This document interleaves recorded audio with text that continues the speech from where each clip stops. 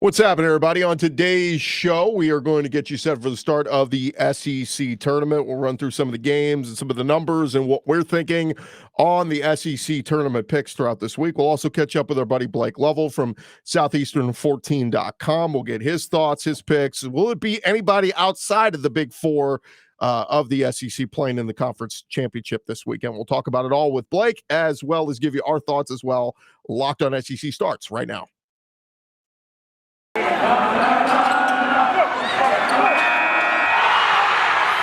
are Locked On SEC, your daily podcast on the Southeastern Conference. Part of the Locked On Podcast Network, your team every day.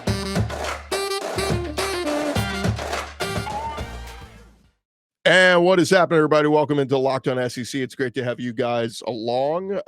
Today's show presented by Rock Auto. Amazing selection, reliably low prices, all the parts your car will ever need. Visit rockauto.com and tell them Locked On sent you. I'm Chris Gordy. Thanks for making Locked On SEC your first listen every day. Remember, Locked On SEC is free and available on all platforms, including YouTube and at lockedonsec.com. Let's jump into it and start previewing some of the games happening today. We get some action tonight, 5 p.m. Central, 6 p.m. Eastern.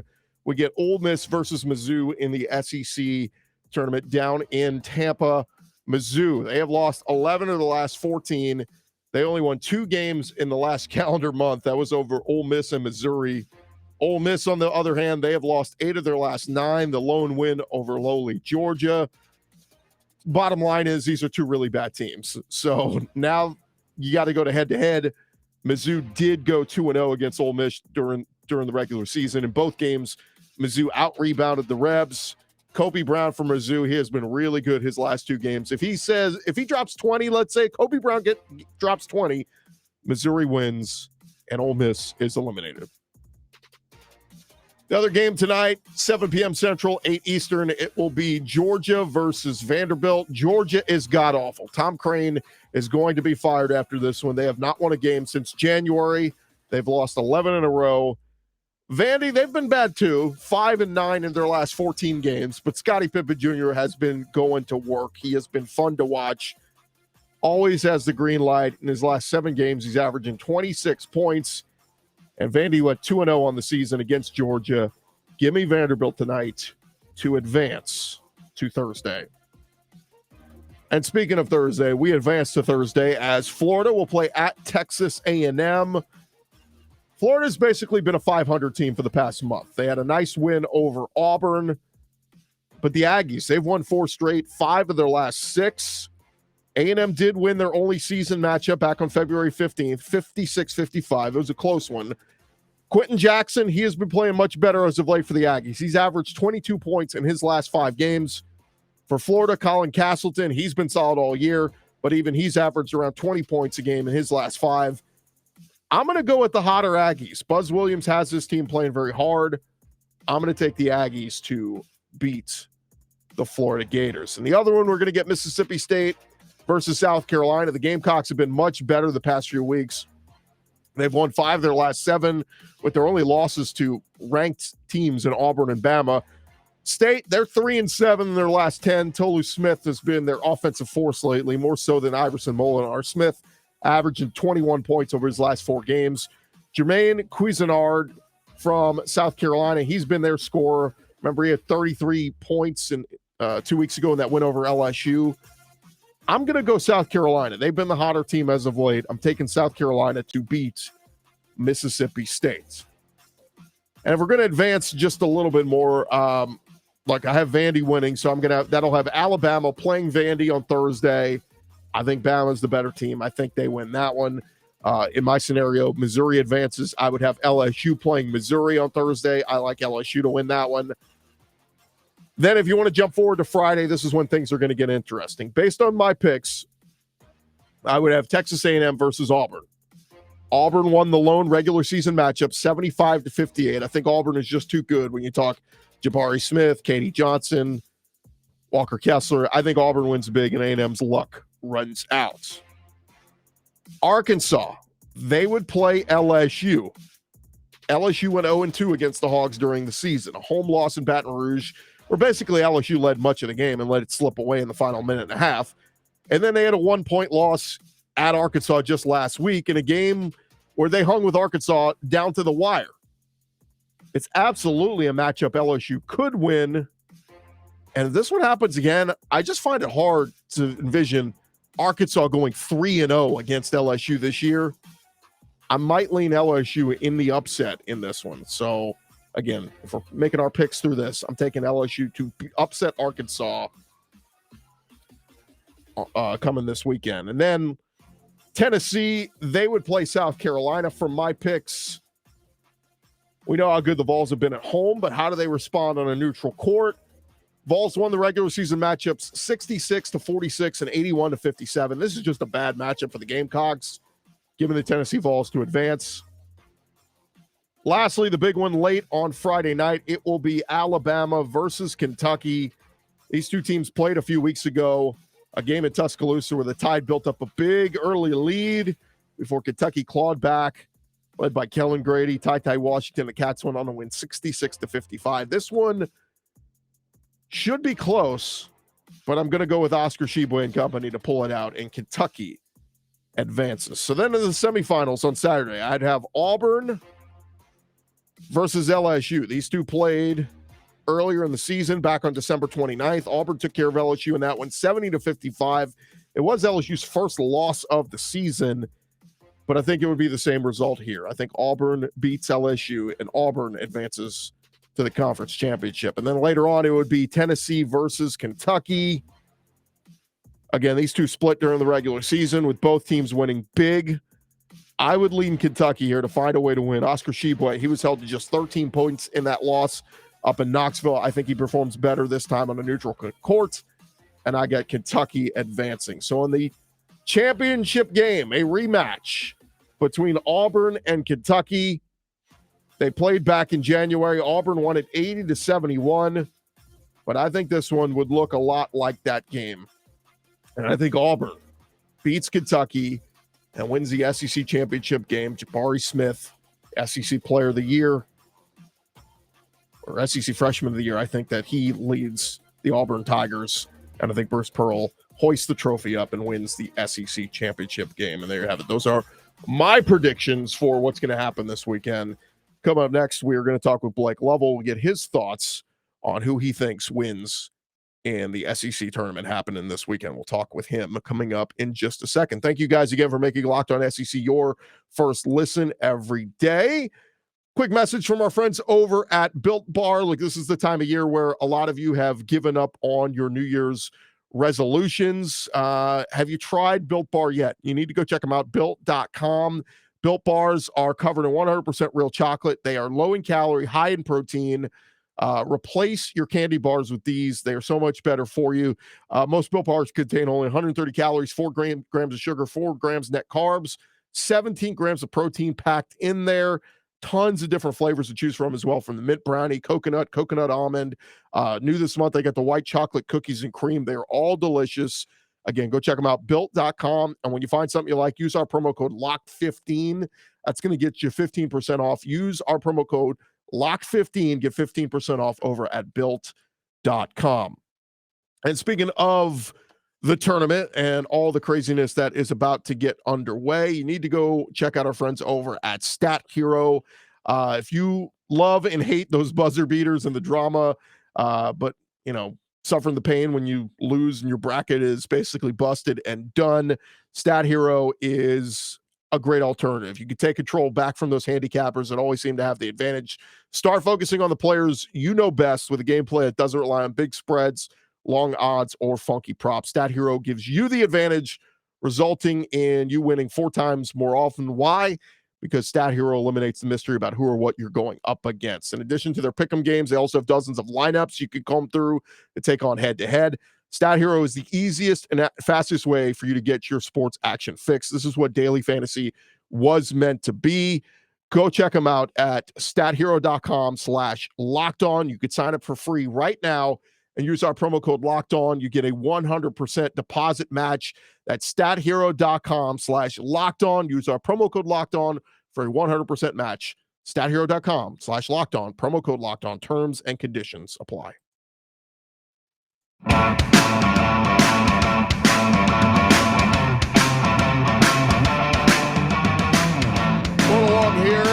Locked On SEC, and man, it is that time of year where we got the SEC tournament about to get started, and I go back and forth, man. The four big seeds, is there anybody else who can be playing in the conference championship game coming up this weekend? And we will discuss that and look ahead at some of the matchups happening this week down in Tampa as we welcome in our buddy Blake Lovell of Southeastern 14, jumping in with us now. He's a former host of the Locked On SEC podcast. Blake, what's going on, man? Yeah, doing well, Chris. Good talk as always, man. A fun week, and should be one of the more interesting tournaments we've seen in the SEC in a while, I think. Yeah, definitely. I mean, there's so much talent to go around, and you've got some teams that are peaking. And, look, it does feel like, wouldn't be surprised if some team breaks through and gets hot, and it happens every now and then in this tournament. But let's just start with the two games happening tonight, Ole Miss versus Missouri and Georgia versus Vandy. Either of those games, I mean, look, we're talking about four really bad teams in the SEC, but of any of those four teams, does one kind of stand out to you that maybe might have a chance to win a game or two? Yeah, I think it's probably Vanderbilt. I think that's the fair choice just because they're playing pretty well. I mean, I think we have to remember with Vanderbilt, they lost three in a row up until they beat Ole Miss, but they were right there with a chance to win all three of those games, and they just kind of beat themselves in a couple of those scenarios. But I think that's the one I would look at because that would mean Vanderbilt would go on and, of course, play Alabama. And, good luck to anyone trying to figure out what you're going to get from Alabama this season.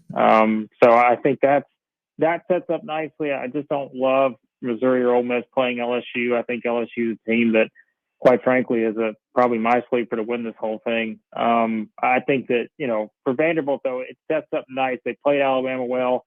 Quite frankly, they played Kentucky pretty well at Rupp. So, I'm not going to be predicting Vanderbilt to get to the semifinals, but I do think that's a team that they have a superstar.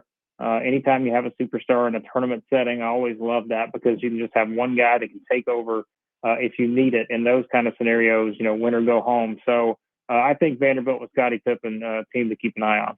Yeah, I'm with you. Scottie Pippen Jr., been so fun to watch. Scoring machine, always has the green light. In his last 7 games, averaging 26 points a game over that stretch. So he has been really good. And by the way, Vandy went 2-0 against Georgia. So, of course they should beat Georgia. No problem there. But, as we look ahead, to the next round, I mean, Alabama playing with Vandy, you could be playing with fire there. Either the other two games that are already set on Thursday, rather, Florida at Texas A&M and Mississippi State against South Carolina. A&M kind of been playing a little bit better here as of late at South Carolina. They played a lot better down the stretch as well. Any of those four teams intrigue you?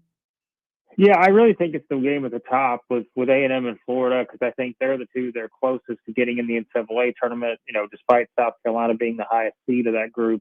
I just think South Carolina is probably, honestly, when you think about it, they may be fourth in that group. And it's interesting to think about because 7 through 10, they may be, even though they're 7th seed, they may be fourth in the NCAA tournament bubble conversation. But I think Florida and A&M are at least see their path to get into the tournament now. And you mentioned that A&M has played so well recently, and I think they're still 3 wins away. I guess if the bubble, if other bubble teams just start to spiral, if you beat Florida and beat Auburn, maybe that gets it closer than people would think right now. But I think they would need 3 wins to probably feel good about it. But again, I'm not going to completely rule out winning 2 may be enough. I think for Florida, it's very simple. They have to win 2 because, it's one of those scenarios where they've had their opportunities, but they just haven't been able to capitalize on some of those biggest ones. So if they can beat A&M and they beat Auburn, I think Florida's in.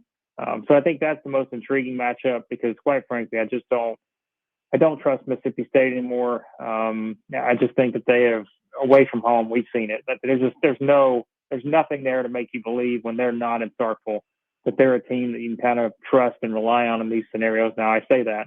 We know what's going to happen. They'll wind up in the semifinals or something. But I think the A&M Florida game is fascinating because, quite frankly, I think the way those teams can play, we've already seen Florida beat Auburn once. I think both of them could beat Auburn in that kind of scenario if they were to play really well on Thursday, have that confidence going into Friday. You got a team that's sitting. We've seen that so many times before for the teams to get the double buys. So that's a scenario that they could also kind of keep an eye on there. More with Blake Lovell in just a second, but look, March Madness is right around the corner. That means you need to start thinking now about where you're going to be running your brackets. Are you going to go for the usual? Or are you going to look for the best? We've done our homework, and the best place for you to run your brackets is at RunYourPool.com. They've got standard brackets, Survivor, all kinds of different things to choose from. They have options to edit scoring. They've got more intel to make your picks. All the stuff you're not going to find at ESPN or CBS. If you got a business, Run Your Pool can help you take some of the madness magic, play alongside your employees, or even gain customers. Clearly, we believe Run Your Pool because, like I said, we're running our brackets there ourselves. No truer test than that. If you want to play alongside us for a shot at a cash prize, join our pool. RunYourPool.com/lockedon. And when you're there, you can even create your own pool for your friends and family. You can enter Pure Madness at checkout, get $10 off your custom pool. All the rules and details are available there. That's runyourpool.com/lockedon. Sign up right now. Get a chance to win a cash prize. We look forward to seeing you and beating you there. Of course, this is a time of year where it's starting to get a little bit warmer. You may start thinking about spring training trip or, a summer trip early in June. And that means you need to be taking care of your vehicle. And there's only one place to get everything you need for your car or truck, and that is rockauto.com. Save time and money when you use Rock Auto. Why choose to spend 30%, 50%, even 100% more for the same parts from a chain store or car dealership? Rock Auto is a family business serving do-it-yourselfers for over 20 years. Their price is reliably low for every customer. They got everything you can need from brake parts, tail lamps, motor oil, even new carpets. Go to rockauto.com right now. See all the parts available for your car or truck, and make sure you're right locked on in their How Did You Hear About Us box so that they know that we sent you. It's an amazing selection, reliably low prices, all the parts your car will ever need. Visit rockauto.com. Again, thank you guys for making Locked On SEC your first listen every day. Make sure to check out the Locked On Bracket Breakdown coming to you on Monday, March 14th, right here on the Locked On SEC podcast feed and YouTube channel. You'll have me, Andy Patton, and betting expert Lee Sterling give you in-depth breakdowns on every matchup of our brackets. Again, it's the Locked On Bracket Breakdown. You'll find it right here. Continue our conversation with Blake Lovell of 14 Southeastern is the Twitter account, but the website is southeastern14.com. And of course, great coverage there. Those guys covering all things SEC and breaking it down when it comes to SEC baseball, SEC football, and of course, SEC basketball. And I wanted to go back, Blake, you mentioned LSU and Alabama. They are just two teams to me that they didn't finish in the top four in the SEC. They very well should have. But, man, just Jekyll and Hyde, both of these teams. Alabama's got, when you talk about wins, one of the best resumes of anybody in the country. They also have some of the worst losses in the country. And LSU, man, one day they're hot, one day they're not. It's so funny that both these teams played this past weekend and went to overtime because I feel like they're so equal in that, like, who are we going to get day in and day out? Just give me a thought on those teams. I know you said LSU's a team you think could go deep in this tournament. I mean, if we get good Alabama and good LSU showing up, both those teams could have deep runs in this tourney. Yeah, well, they absolutely could, and I think that's again for the SEC, if 1 through 6 is LSU is the 5 and Alabama is the 6, you're doing pretty good as a conference because I think that again those two teams both have what it takes to win this tournament, and we've seen that with LSU. Their defense, it's just it's elite. There's no other way to put it. They're one of the best in the country there, and I think their offense can leave a little bit to be desired sometimes, but still, now if they have Xavier Pinson back, I think that's a big part of them trying to sort of figure some things out on offense. And they've been doing that better here recently, I think. But, with Alabama, we always say it, it's find a team that's got as good of a group of wins as Alabama. I mean, there's some of them out there, but there's not many that have wins over probably number 1 seeds in Gonzaga and Baylor and some of the other games they've won. So, at any time, those two, could certainly make things interesting. And I think that, again, LSU against Arkansas in the quarterfinals. Arkansas has beaten LSU twice. We always say it's hard to beat a team 3 times. I think that's an interesting matchup. And then Alabama and Kentucky. I've said all year, I just think Kentucky's one of those teams that Alabama does not match up well against. We could say that about a lot of different teams, probably with Kentucky, but I think for Alabama, I don't love the matchup. And of course, the stat I put out the other day is just the craziest thing. But, if Alabama does beat Vanderbilt or Georgia and plays Kentucky in the quarterfinals, it'd be the 5th time in the past 6 SEC tournaments they would have played each other. And Alabama's 0-4 in those games. And they would have played last year if not for, Mississippi State beating that bad Kentucky team by a single point that would have led to a quarterfinal matchup again last year. So it could have been 6 straight. So Alabama probably wishing they were somewhere else in this bracket away from Kentucky, but not going to happen this year. Look, I like the top 4 seeds in the SEC. I think all of them are dangerous in their own way. But of the 4, who, in your opinion, is most likely to be one and done in the SEC tournament this week? Ooh, that's a great question because I think I think in that scenario, I would probably say based on the matchups, it would be Arkansas because, again, I think LSU certainly is a team that can win that game. And it is the 4 or 5 game, so that's probably the easy answer. I just think that, like I said, I don't trust Florida necessarily, even though they've already beaten Auburn. I just don't know if I would. I mean, they'd have a lot of motivation, but I still think Auburn is going to be fine despite people kind of picking them apart. But I always say, well, they're 27-4.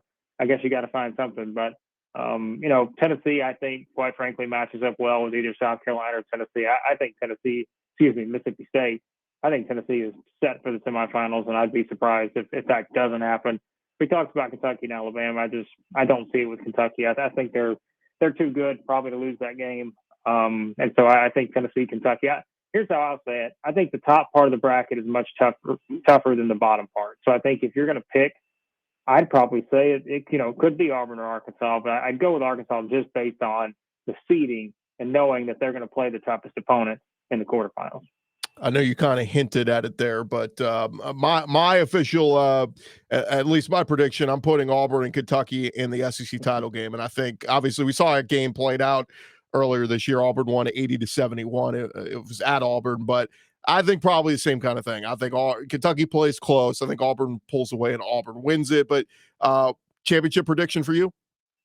Yeah, I've got Auburn, Kentucky. I know that's, the easy answer based on just how these two teams have played. And it does seem like they're set up to play again. And, I'll go Kentucky. I think it's one of those things, when we saw that game at Auburn, Ty Washington gets injured early in that game. I think that's right. They all run together at this point. But it's, that was one of those games where you saw a good start from Kentucky and then the game just kind of flipped from there.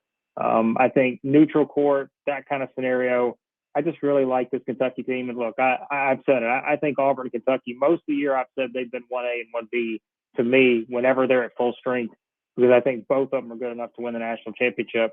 So I hope that's what we get in that game, because that would be a fantastic championship game. Because again, the way these two teams match up, you've got all the big men, you've got some good guard play. I know Auburn would like to get more consistent in that area, but I think that would be a fantastic championship game. All right, last one for you, Blake. How many teams does the SEC get into the big dance? Yeah, I'm going to say 6. I'd love to see 7. I think Florida's path to get there is tough. Again, beating A&M and Auburn. I just think that's going to be a challenge. And for A&M, again, even if they were to beat Florida and Auburn, I still think they're probably on the outside looking in, maybe just barely, but it would be close. So I think the safe pick is 6. It's going to be one of those two. I don't really see, based on how their bracket plays out, I don't see Mississippi State or South Carolina making a run to the championship. So to me, it's can Florida or A&M pull that upset on Auburn? If they can, then certainly, they put themselves in a position to potentially get in. So that's probably the only one we're looking at right now. So I'll go with the 6. And hey, if it is 6, all 6 of those teams are probably going to be top 6 seeds. So that's a decent spot to be in if you're the SEC. Yeah, that's a dangerous 6 if that's the 6 that gets in. One more for you. Come Monday morning, Blake, does Tom Crane have an office in Athens?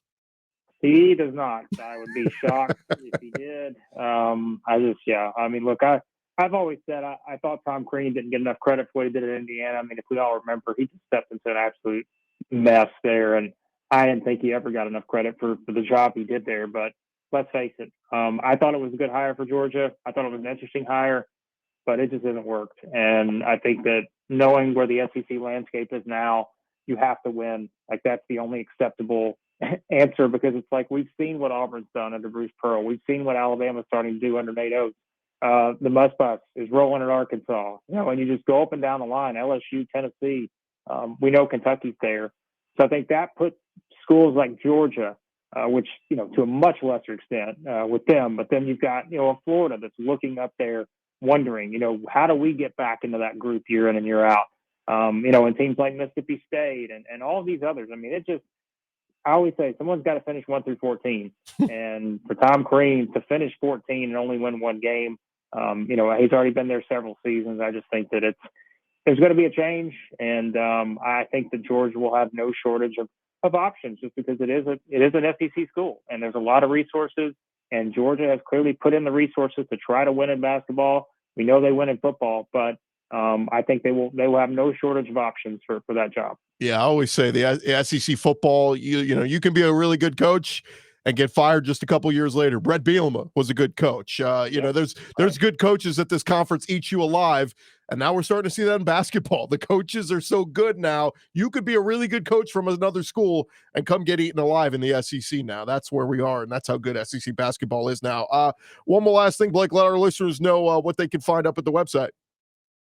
Yeah, I appreciate it, man. Like you said, southeastern14.com. I know it's flipped on Twitter at 14 Southeastern, but you can check out all of our daily stuff. I mean, we got daily SEC basketball videos going up, just all sorts of stuff we've done over there. So, yeah, find it all at southeastern14.com. Blake, great stuff, man. Good to catch up with you. Yeah, I appreciate it, man. Thanks for having me. All right, that's Blake Lovell. You can follow him on Twitter at the Blake Lovell, and of course, you can follow him on those websites at southeastern14.com as well as on Twitter at 14 Southeastern.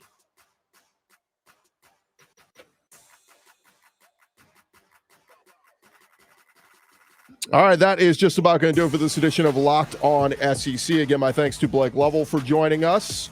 Thank you guys so much for making us your first listen every day. A reminder, you can go make your second listen. Check out the Locked On NFL Draft Podcast with Ryan Tracy and former NFL DB Eric Crocker. They're bringing you the NFL Draft every day with insight and analysis on college football prospects and NFL front offices. Free and available wherever you get your podcasts. I'm Chris Gordy. This has been Locked On SEC. Enjoy the start of the SEC tournament, everybody, and we'll catch up with you tomorrow right here on Locked On SEC.